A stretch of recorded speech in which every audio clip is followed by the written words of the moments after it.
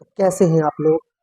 आप सभी नियोजित शिक्षक साथियों का स्वागत है एक बार फिर से हमारे यूट्यूब चैनल में, जहां हम लोग सक्षमता परीक्षा 2024 एवं बीपीएससी टीआरई 3.0 की तैयारी, समान अध्ययन एवं समान विषय, जो खास तौर पे आपको 1 to 5 के सभी शिक्षकों के लिए है। तो आप लोग फिर से एक बार आप सभी का स्वागत है। और जो चैनल पे पहली बार आए हैं जो साथी, उनसे रिक्वेस्ट है तो चैनल को सब्सक्राइब कर दें, क्योंकि इसी चैनल के माध्यम से आपको सक्षमता परीक्षा की पूरी तैयारी कराई जाएगी। इसलिए आप लोग चैनल को सब्सक्राइब कर दीजिए और एक बार लाइक कर दीजिए। तो दोस्तों बढ़ते हैं हम लोग अपने पहले प्रश्न की ओर, जो कि हमारा है कि देशेर कथा पुस्तक किसने लिखी थी।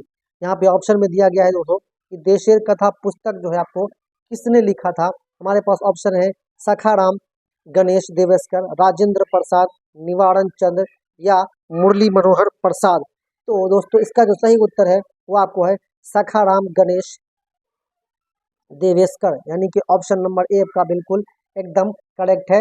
ये एक बंगाली पुस्तक थी जिसका नाम दोस्तों देश की बात, यानी इसका जो माना हो गया आपको देशेर कथा हो गया देश की बात इसका नाम था। और ये बंगाली पुस्तक है, बंगाली लैंग्वेज में लिखा हुआ है। तो हम लोग अगले प्रश्न की ओर बढ़ते हैं, जो कि हमारा है कि 1905 में लॉर्ड कर्जन के समय निम्न में से कौन सी घटना घटी। बोल रहा है कि लॉर्ड कर्जन के समय जो 1905 में वो कौन सी घटना घटी थी। यहाँ पे देख रहे हैं दोस्तों कि 1905 लिख के आया है और लॉर्ड कर्जन, तो लॉर्ड कर्जन से हमें समझ में आता है कि बंगाल विभाजन, यानी कि बंगाल विभाजन का अगर ऑप्शन आए कि किसके कार्यकाल में हुआ तो आप लॉर्ड कर्जन बोल सकते हैं। तो बंगाल का जो विभाजन है दोस्तों वो 1905 में हुआ था। कब हुआ था? 1905 में हुआ था और लॉर्ड कर्जन के ज़माना में हुआ था। तो इससे हमें दो ऑप्शन मिलता है कि लॉर्ड कर्जन के ज़माना में बंगाल का विभाजन हुआ था। बढ़ते हैं हम लोग अपने अगले प्रश्न की ओर। अगला प्रश्न है दोस्तों कि बिहार में सर्च लाइट है ना, बिहार में सर्च लाइट समाचार पत्र के संपादक कौन थे। तो बिहार में एक सर्च लाइट समाचार पत्र बनाया गया था, उसके संपादक जो है दोस्तों वो आपको मुरली मनोहर प्रसाद थे। कौन थे? तो वो सब मुरली मनोहर प्रसाद, यानी कि ऑप्शन नंबर जो सी में दिया गया मुरली मनोहर प्रसाद वो थे। और ये जो साप्ताहिक अखबार जो था वो कब कब मतलब प्रकाशित हुआ था? तो 1920 में आपको जो है अखबार ये प्रकाशित हुआ था। और ये साप्ताहिक जो है 1930 से बन गया, यानी कि जो है तिरी तिरी साप्ताहिक 1930 में क्या बन गया? तिरी साप्ताहिक। बढ़ते हैं हम लोग अपने अगले प्रश्न की ओर, जो कि हमारा है कि भारत छोड़ो आंदोलन कब शुरू हुआ था। बोल रहा है कि भारत छोड़ो आंदोलन जो आपको वो कब शुरू हुआ था। तो दोस्तों हम लोग बहुत अच्छे से जानते हैं कि भारत छोड़ो आंदोलन जो अगस्त 1942 में, यानी कि ऑप्शन नंबर डी जो है 9 अगस्त, कितना? तो 9 अगस्त 1942 को जो है भारत छोड़ो आंदोलन जो है वो शुरू किया गया था। हमारा अगला प्रश्न है दोस्तों, एक शब्दावली का उपयोग होता है किसके लिए होता है? एक शब्दावली का उपयोग जो है दोस्तों लंबी कूद, रिले रेस, मैराथन दौड़ या जेवलिन थ्रो के लिए। तो एक शब्दावली का जो उपयोग होता है दोस्तों वो आपको रिले रेस के लिए उपयोग होता है, यानी कि ऑप्शन नंबर जो है वो बी एकदम सही है। और रिले रेस जो है वो ओलंपिक खेल में खेला जाता है, महिला और पुरुष दोनों इसमें भाग लेती है। और रिले दौड़ होता है, इसमें क्या होता है? दौड़ होता है। और रिले दौड़ में जो अंतिम रनर होता है, जो सबसे मतलब कि लास्ट में जो हारता है उसको एंकर कहा जाता है। उसको क्या कहा जाता है? तो एंकर एंकर कहा जाता है जो अंतिम रनर होता है। हमारा अगला प्रश्न है दोस्तों कि निम्नलिखित में से कौन सा जोड़ा गलत है। बोल रहा है कि इसमें से कौन सा जोड़ा गलत है। हमारे पास ऑप्शन है रामचरितमानस वाल्मीकि, शाहनामा फिरदौसी, कामयानी जयशंकर प्रसाद, आईने अकबरी, अब्दुल फजल। तो इसका जो सही उत्तर दोस्तों वो आपको ऑप्शन नंबर ए, यानी कि रामचरितमानस जो है वो इसको जो है तुलसीदास ने लिखा था। किसने लिखा था? तुलसीदास ने। रामचरितमानस को तुलसीदास ने लिखा था, जबकि वाल्मीकि के द्वारा जो लिखा गया है वो आपको रामायण लिखा गया। क्या लिखा गया है? रामायण। तो इसका जो सही उत्तर हो जाएगा दोस्तों वो हो जाएगा आपको option number A.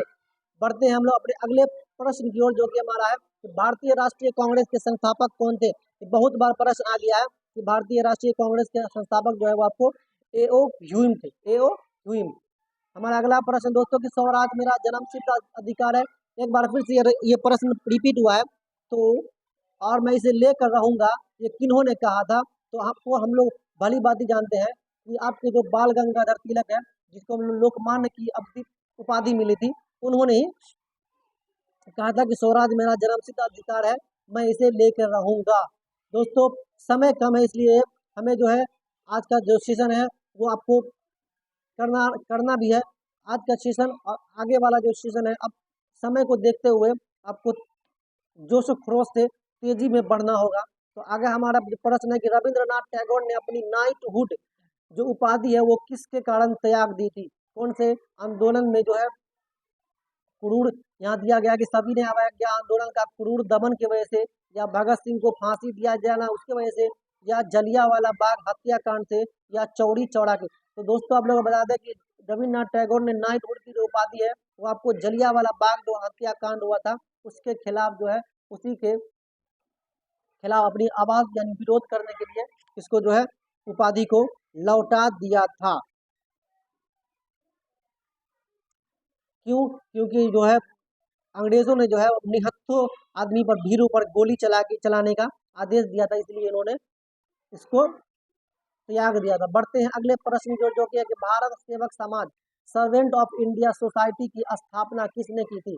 Servant of India, Bharat सेवक समाज, है ना। तो भारत सेवक समाज की स्थापना जो है दोस्तों आपको गोपाल कृष्ण गोखले यानी कि ऑप्शन नंबर सी में जो दिया गया है उन्होंने किया था। हमारा अगला प्रश्न है दोस्तों कि गीत सेठी किस खेल से संबंधित है? बोल रहा है कि गीत सेठी जो है वो कौन से खेल से संबंधित है? तो गीत सेठी जो दोस्तों आपको वो बिलियर्ड्स खेल से संबंधित है, यानी कि ऑप्शन नंबर डी में दिया हुआ है, डी में बिलियर्ड्स खेल इससे संबंधित है। ये जो इनका प्रमुख खेल शब्दावली है, क्यू है, जिगर है, इनलक है, इस तरह से ये खेल खेला जाता है। हमारे बढ़ते हैं हम लोग अपने अगले प्रश्न जो कि हमारा है दोस्तों कि निम्नलिखित में से कौन सा भारत में जाति प्रथा का कारण नहीं है? यहाँ बोल रहा है कि जाति प्रथा का कारण इसमें से कौन नहीं है? तो जहाँ तक जाति प्रथा के कारण की बात दोस्तों, यहाँ लिखा हुआ जाति जन्म से निर्धारित होती है, ये विवाह समूह के सदस्यों में हो ही सकता है, विवाह समूह के सदस्यों के बाहर हो ही सकता है। तो इसका अगला जो ऑप्शन है वो है कि जाति सदस्यता में खाने और खाना बांटने से संबंधित शामिल होते हैं। तो इसका जो सही उत्तर है दोस्तों वो है आपको ऑप्शन नंबर बी, यानी कि विवाह समूह के सदस्यों में ही हो ही सकता, समूह सदस्यों में ही हो सकता है। ये ऑप्शन जो है वो आपको जाति के प्रथा का कारण नहीं है।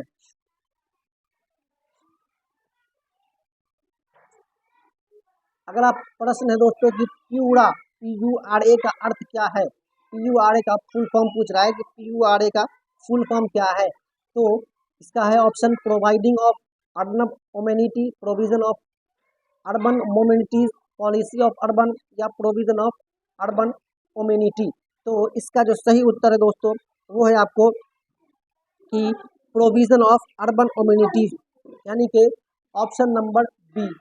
इसका पूरा नाम होता है provision of urban communities to rural areas, to rural areas. हमारा अगला प्रश्न दोस्तों की व्यक्तिगत सत्याग्रह आंदोलन के प्रथम सत्याग्रही कौन थे? बोल रहा है व्यक्तिगत सत्याग्रह के प्रथम सत्याग्रही कौन थे? तो आपके देश में है विनोबा भावे है कहीं पे, उन्होंने ही व्यक्तिगत सत्याग्रह की स्थापना की थी। तो प्रथम सत्याग्रह भी वही थे, तो विनोबा भावे थे व्यक्तिगत सत्याग्रह के प्रथम सत्याग्रही। लंदन में इंडिया हाउस के संस्थापक कौन थे? यानी कि लंदन में जो इंडिया हाउस की संस्थापना की गई थी, स्थापना उसके संस्थापक कौन थे? ये भी प्रश्न रिपीट हुआ है। तो इसका जो सही उत्तर है वो आपको है श्यामजी कृष्ण वर्मा। कौन है? श्यामजी कृष्ण वर्मा। इन्होंने लंदन में इंडियन होम रूल सोसाइटी की स्थापना की थी। इन्होंने इंडियन होम रूल की स्थापना कहाँ की थी? तो लंदन में की थी। हमारा अगला प्रश्न है दोस्तों कि रेशम के कीड़ों का जो पालन किया जाता है उसे क्या कहते हैं? मतलब कौन सा नाम उसका है? एपीकल्चर, हॉर्टिकल्चर, पीसीकल्चर या सेरीकल्चर। तो रेशम के कीड़ों का जो पालन किया जाता है उसे हम लोग सेरीकल्चर कहते हैं। क्या कहते हैं? सेरीकल्चर, यानी कल्चर के अंतर्गत जो है वो रेशम के कीड़े का पालन किया जाता है।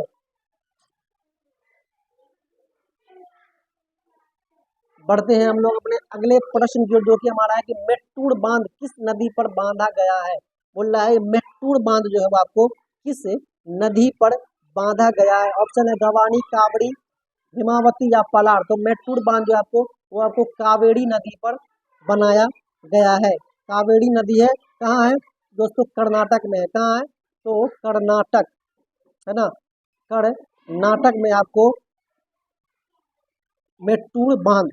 तो इसका जो सही उत्तर हो गया दोस्तों वो हो गया आपको ऑप्शन नंबर बी, कावेरी नदी। हमारा अगला प्रश्न है दोस्तों, ग्रीनविच किस देश में है। यूएसए में, यूके में या हॉलैंड में या भारत में। तो यूएसए में नहीं है, ये जो है आपको इंग्लैंड यानी कि यूके में है। ग्रीनविच जो है दोस्तों आपको वो इंग्लैंड में है। कहाँ है, तो ग्रीनविच नगर में, ग्रीनविच नगर में। बढ़ते हैं अगले प्रश्न जो दोस्तों जो कि हड्डियों के पढ़ाई को यानी बोन्स की पढ़ाई को विज्ञान में किस शाखा में रखा गया है, किस शाखा के अंतर्गत होती है। तो हड्डियों की पढ़ाई को दोस्तों हम लोग ऑस्टियोलॉजी कहते हैं। क्या कहते हैं, हड्डियों की पढ़ाई को ऑस्टियोलॉजी कहते हैं। इसका जो है ऑस्टिफिकेशन किया जाता है, इसलिए इसको ऑस्टियोलॉजी कहते हैं। दोस्तों चैनल पे पहली बार आए तो चैनल को सब्सक्राइब कर लीजिए, लाइक और शेयर जरूर कीजिए, क्योंकि इसी चैनल के माध्यम से आपको सक्षमता परीक्षा 2024 की पूरी तैयारी 1 to 5 के शिक्षकों के लिए कराई जाएगी। तो चैनल को सब्सक्राइब कर लीजिए। दोस्तों हमारा अगला प्रश्न है कि कैमरे में किस प्रकार का लेंस उपयोग में लिया जाता है। बोला कैमरे में किस प्रकार का लेंस उपयोग किया जाता है, उत्तल, अवतल या कनकेव या स्फेरिकल या समान मोटाई का। तो जहाँ तक कैमरे की लेंस की बात है दोस्तों, तो इसमें जो आपको वो बाई कन्वेक्स जिसको हम लोग द्वि उत्तल बोलते हैं, तो यहाँ पे उत्तल लेंस दिया गया है। तो यहाँ पर ऑप्शन आपका जो है पेज नंबर जो है वो बिल्कुल सही हो जाएगा, बिल्कुल सही हो जाएगा। अगला प्रश्न है दोस्तों मेरा, लोलक की लंबाई 4 गुनी की जाए तो लोलक झूलने का समय क्या होगा। यानी कि घटता है, उसके बाद क्या होता है, दुगुना होता है, या 1/4 हो जाता है, या 4 गुना हो जाता है। तो इसका जो सही उत्तर है दोस्तों वो आपको हो जाएगा, ये दुगुना हो जाता है, यानी कि B option, option number B बिल्कुल सही है। ऑप्शन नंबर बी बिल्कुल सही है। हमारा अगला प्रश्न है दोस्तों कि भारत के किस राज्य में कटी बिहू महोत्सव आयोजित किया जाता है। कटी बिहू बोल रहा है कि किस राज्य में अवस्थित किया जाता है। तो बिहू जो दोस्तों, बिहू आपका असम में किया जाता है। कहाँ किया जाता है, तो असम का ये एक त्योहार है। क्या है, त्योहार है। बिहू को हम लोग बोहाग भी बोलते हैं। क्या बोलते हैं, बोहाग। बिहू को बोहाग भी बोला जाता है। और ये जो दोस्तों आपको वो एक जो है फसल कटाई का त्योहार है। क्या कौन सा त्योहार है, ये फसल कटाई का त्योहार है। हमारा अगला प्रश्न है कि जब एक चाल वस्तु की गति दुगुनी की जाती है तो उसकी गतिज ऊर्जा क्या रहेगी। बोल रहा है कि उसकी गतिज ऊर्जा क्या रहेगी जब एक चाल वस्तु की गति दुगुनी की जाएगी। यानी कि जैसे कि हम लोग बोल रहे हैं कि यानी कि काइनेटिक एनर्जी जिसको बोलते हैं वो उसका दुगुना हो जाएगा, तो उसका जो है गतिज ऊर्जा क्या रहेगा। तो हमारे पास ऑप्शन है दोगुनी हो जाएगी, चौगुनी हो जाएगी, समान रहती है, या 3 गुना बढ़ जाती है। तो इसका जो सही उत्तर हो जाएगा दोस्तों वो आपको हो जाएगा ऑप्शन नंबर बी, चौगुनी हो जाएगी। ऑप्शन नंबर बी में लिखा गया चौगुनी हो जाएगा, ऑप्शन नंबर बी में इसका जो है चौगुनी हो जाएगी। हमारा अगला प्रश्न दोस्तों की विद्युत मात्रा की इकाई है। विद्युत मात्रा की क्या इकाई है, विद्युत मात्रा की इकाई जो दोस्तों आपको एसआई मात्रा जिसको बोलते हैं वो आपको एम्पियर होता है। क्या होता है, एम्पियर होता है, एम्पियर। यानी कि ऑप्शन नंबर ए जो आपका बिल्कुल सही है। और विद्युत धारा है ना, विद्युत धारा किसे कहते हैं, तो चालक में विद्युत आवेश के प्रवाह की दर को हम लोग विद्युत धारा कहते हैं। हमारा अगला प्रश्न है कि 1 किलोग्राम राशि का वजन है। बोल रहा है 1 किलोग्राम राशि का वजन कितना होगा। तो 1 किलोग्राम वाट बराबर जो है ना 1.98 से हम लोग मल्टीप्लाई करेंगे तो 9.8 न्यूटन हो जाएगा। 9.8 न्यूटन 1 किलोग्राम राशि का जो होगा वजन वो 9.8 न्यूटन हो जाएगा। अगला प्रश्न दोस्तों फिर से है कि इसमें से कौन अदिश राशि है। ये प्रश्न भी आपका रिपीट हुआ है। तो बोल रहा है इसमें से कौन अदिश राशि है। तो अदिश राशि की बात करें हम लोग तो ये जो आपको है प्रेशर यानी कि दबाव, दाब दाब जो आपको है वो अदिश राशि है। कौन राशि है? तो अदिश राशि है। अगला प्रश्न है हमारा दोस्तों कि वायु में ध्वनि तरंग होती है, कैसी होती है? तिरछी होती है, अनुदैर्घ्य होती है, विद्युत चुंबकीय या ध्रुवीकृत। तो वायु में जहाँ जो दोस्तों है आपका ध्वनि तरंग जो है वो अनुदैर्घ्य होता है। कैसा होता है? तो अनुदैर्घ्य। वायु में जो है आपका विद्युत तरंग जो है वो अनुदैर्घ्य होती है।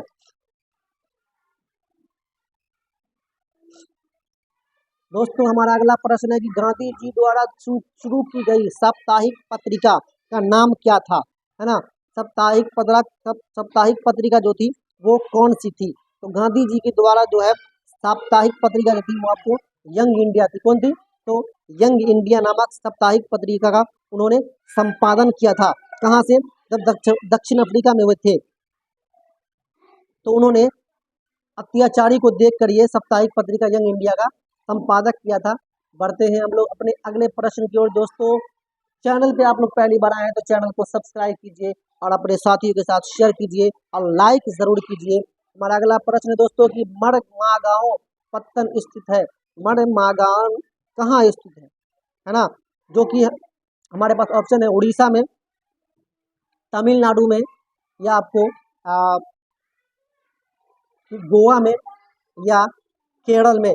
तो इसका जो सही उत्तर दोस्तों वो आपको है कि मड़मागा बंदरगाह है वो भारत के पश्चिमी घाट तट पर है, जो कि आपको पश्चिमी में आपको क्या आता है? तो वो गोवा आता है। तो गोवा में यह स्थित है। हमारा अगला प्रश्न है दोस्तों कि वर्तमान लोकसभा में प्रत्येक राज्य के लिए स्थानों का आवंटन आधारित है। स्थानों का आवंटन आधारित है कौन सी जनगणना पर? यानी कि 1951 या 1961 या 1971 या 1981। तो इसका जो सही उत्तर है दोस्तों वो आपको है 1971, है ना।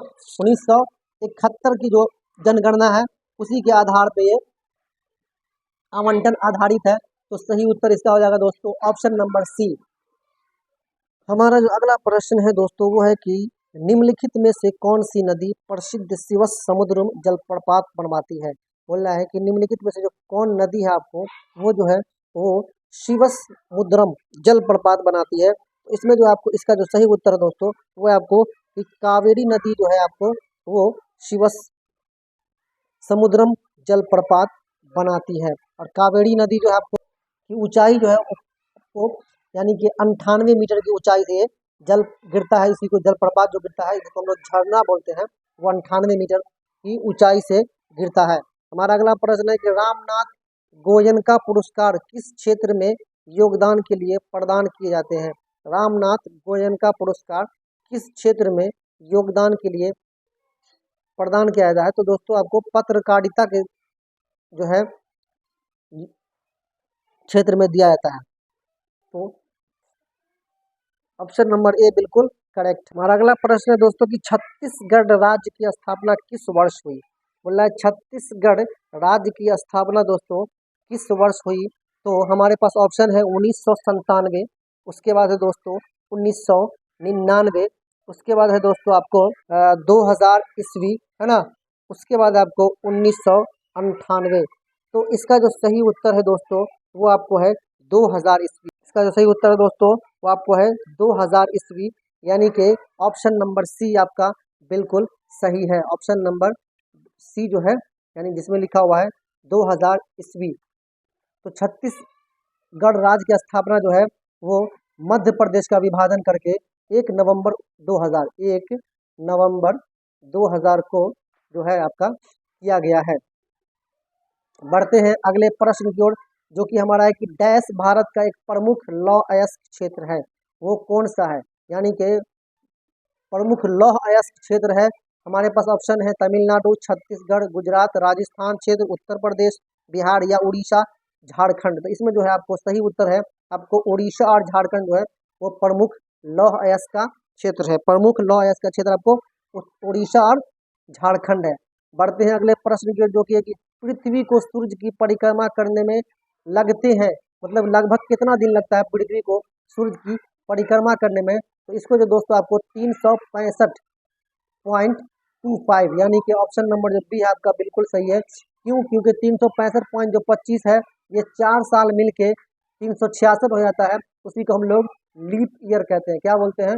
Leap year. जैसे कि इस साल जो आपका लीप ईयर है, इस साल जो फरवरी का महीना आपको वो 29 का महीना है। हमारा अगला प्रश्न है दोस्तों कि विश्व का बृहत्तम डेल्टा निर्मित होता है। बोलता है विश्व का बृहत्तम डेल्टा जो है वो निर्मित होता है कौन सा है? गंगा एवं ब्रह्मपुत्र द्वारा, उसके बाद है मिसी पीसी मिसौरा द्वारा, यांगसी कियांग द्वारा, या आपको हंगो द्वारा। तो इसमें जो है सबसे जो बृहत्तम है आपको वो गंगा ब्रह्मपुत्र यानी कि ऑप्शन नंबर ए आपका बिल्कुल सही उत्तर है दोस्तों। ऑप्शन नंबर ए बिल्कुल सही है, जिसमें दिया गया आपको कि गंगा और ब्रह्मपुत्र द्वारा जो डेल्टा बनता है। हमारा अगला प्रश्न है दोस्तों कि पत्ते का वह भाग जो इसे तने से जोड़ता है वह क्या कहलाता है? पत्ते का वह भाग जो इसे तने से जोड़ता है उसे हम लोग डंठल कहते हैं। यानी कि ऑप्शन नंबर ए में जो लिखा हुआ है डंठल, वही आपका एकदम करेक्ट और सही उत्तर है। हमारा अगला प्रश्न दोस्तों कि परमाणु नाभिक के अवयव हैं, यानी परमाणु के नाभिक में कौन सब अवयव शामिल होते हैं? हमारे पास इलेक्ट्रॉन प्रोटॉन, इलेक्ट्रॉन और न्यूट्रॉन, प्रोटॉन और न्यूट्रॉन। तो इसका जो सही उत्तर दोस्तों वो प्रोटॉन और न्यूट्रॉन है, यानी कि option number C. Option number C में दिया गया प्रोटॉन और न्यूट्रॉन वही नाभिक के अवयव हैं। हमारा अगला प्रश्न है कि निम्नलिखित में से कौन सा अम्ल सिरके में उपस्थित होता है? तो सिरके में जो अम्ल होता है जिसे हम लोग खट्टा कहते हैं वो आपको एसिटिक अम्ल होता है, यानी कि ऑप्शन नंबर डी में दिया गया एसिटिक अम्ल वही आपका करेक्ट उत्तर होगा। तो एसिटिक अम्ल में जो खट्टापन होता है इसीलिए इसको सिरके में उपस्थित रहता है दोस्तों। बढ़ते हैं, हमारा अगला प्रश्न है कि स्टील को कठोरता प्रदान करने के लिए बढ़ाई जाती है क्या? किसकी मात्रा बढ़ाई जाती है? स्टील को कठोर बनाने के लिए किसकी मात्रा बढ़ाई जाती है? तो ऑप्शन है कार्बन है, मैग्नीज है, सिलिकॉन है या क्रोमियम है। तो स्टील को कठोर करने के लिए दोस्तों आपको कार्बन की मात्रा बढ़ाई जाती है। किसकी मात्रा? तो कार्बन की मात्रा बढ़ाई जाती है। अगला प्रश्न है दोस्तों निम्नलिखित श्रृंखला को पूरा करने के लिए सही विकल्प का चयन करें। देख रहे हैं हम लोग के क्या है इसमें ऑप्शन पे, देख रहे हैं कि 5 है, 8 है, 13 है, 20 है, 29 है, डैश डैश करके इस गया है। तो 5 और 8 के बीच में +3 है, उसके बाद 8 और 13 के बीच में +5 है, उसी तरह 13 और 20 के बीच में +7 है। तो हम लोग देख रहे हैं 3, 5, 7, 9 इस तरह से बढ़ गया है। फिर आगे जो आपको +9 है, तो इसी तरह से आगे बढ़ता जाएगा। तो 29 में हम लोग 20, 9, 29, 9 जोड़ा गया है। उसके बाद आपको 29 में 11 जोड़ेंगे तो आपका 40 आएगा। क्या आएगा? 40 आएगा। और ऑप्शन नंबर ए में आपका 40 है। तो इस तरह से इसका जो करेक्ट उत्तर हो गया दोस्तों वो हो गया आपको 40, यानी कि ऑप्शन नंबर ए बिल्कुल सही है। बढ़ते हैं अगले प्रश्न की ओर, जो कि हमारा है कि भारत का सबसे बड़ा बॉक्साइट उत्पादक राज्य कौन सा है? बॉक्साइट उत्पादक राज्य इनमें से कौन सा है? तो बॉक्साइट उत्पादक राज्य का इसमें जो है आपको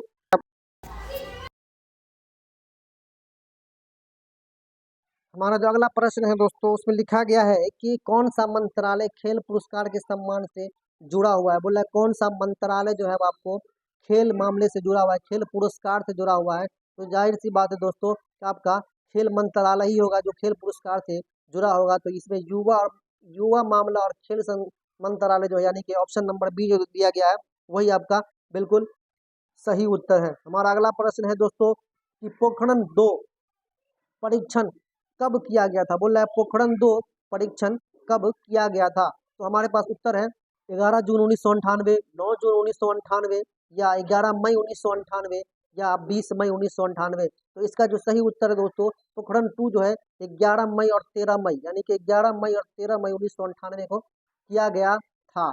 तो इसका सही उत्तर ऑप्शन नंबर सी है। हमारा अगला प्रश्न है दोस्तों, अगला प्रश्न पढ़ने से पहले आप लोगों से एक रिक्वेस्ट है कि चैनल को पहली बार आए हैं चैनल पे तो चैनल को सब्सक्राइब कर दीजिए और अपने साथियों के साथ शेयर जरूर कीजिए और एक बार लाइक कर दीजिए ताकि आपको कंटेंट समय पर मिलता रहे। भारत का सबसे बड़ा रबड़ उत्पादक राज्य कौन सा है? भारत का सबसे बड़ा रबड़ उत्पादक का राज्य कौन सा है? तो आपको है वो केरल। कौन सा है? तो केरल। अगला प्रश्न दोस्तों हम लोग आगे आम्र वर्षा किसे कहते हैं, यानी आम्र वर्षा हम लोग किसे कहते हैं? तो आम्र वर्षा की जहाँ तक बात है दोस्तों तो ये जो है आपको हमारे पास ऑप्शन भी है आमों की बौछार, उसके बाद है आम का टपकना, उसके बाद है बिहार एवं बंगाल में मार्च अप्रैल में होने वाली वर्षा।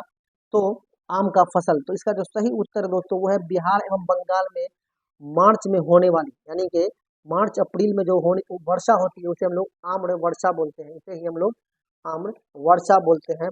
जो कि आपका ऑप्शन नंबर जो सी है वो बिल्कुल करेक्ट है, ऑप्शन नंबर सी बिल्कुल करेक्ट है। बढ़ते हैं हम लोग अपने अगले प्रश्न की ओर, जो कि हमारा है कि एक ही भूमि पर एक साथ दो या दो से अधिक फसलें उगाना कौन सी फसल प्रणाली कहलाती है। एक ही भूमि पर एक साथ दो या दो से अधिक फसलें उगाना जो आपको वो मिश्रित फसलें, मिश्रित वाला जो है वह कहलाती है कि मिश्रित कृषि कहलाती है, मिश्रित कृषि। मिश्रित कृषि आपको एक ही जगह पर दो फसल उगाने को मिश्रित बोलते हैं। आईएनए की स्थापना यानी कहाँ हुई, आईएनए की स्थापना आपको कहाँ हुई, बर्मा में, जापान में, सिंगापुर में या इंग्लैंड में। तो आईएनए की जो स्थापना है दोस्तों वो आपको सिंगापुर में, यानी कि ऑप्शन नंबर जो सी में दिया गया सिंगापुर, वही आपका बिल्कुल करेक्ट है।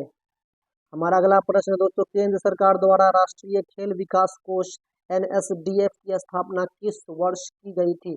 तो एनएसडीएफ की स्थापना जो है वो केंद्र सरकार के द्वारा 1998 में किया गया था, 1998 में की गई थी।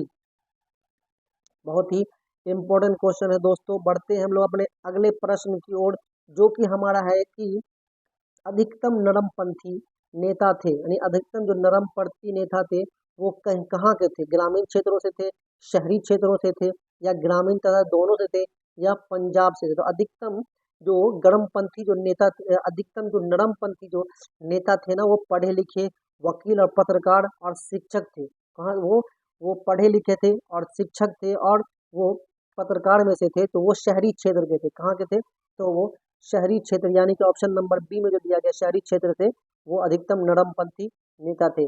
आज के दिन का अंतिम प्रश्न दोस्तों हमारा है आज के सेशन का, 1857 के विद्रोह का बिहार में 15 जुलाई 1857 से अप्रैल 1858 तक केंद्र था, यानी कि उसका जगह का नाम पूछ रहा है कि 1857 ईस्वी में जो विद्रोह हुआ था बिहार में, उसमें 15 जुलाई 18, यहाँ से समझ में आ रहा है कि 1857 की क्रांति जो दोस्तों 15 जुलाई 1857 शुरू हुई और अप्रैल 1858 तक चली। तो उसका केंद्र कौन था, है ना। तो उसका केंद्र जो दोस्तों आपको कुंवर सिंह का जो जगदीशपुर है, तो जगदीशपुर यहाँ पे ऑप्शन में दिया गया है दोस्तों। तो कुंवर सिंह का आपको जगदीशपुर जो है बिल्कुल सही उत्तर है। दोस्तों हमारा सेशन आज का यहीं पे समाप्त होता है। मिलते हैं हम लोग अगले वीडियो में, और नेक्स्ट वीडियो के साथ। आपकी तैयारी ऐसी होनी चाहिए क्योंकि आने वाला जो दिन है वो बहुत जल्दी कटने वाला है, तो इसलिए आप लोग तैयारी अपना कीजिए। और मिलते हैं हम लोग अगले वीडियो में, तब तक के लिए आपका दिन शुभ हो। धन्यवाद।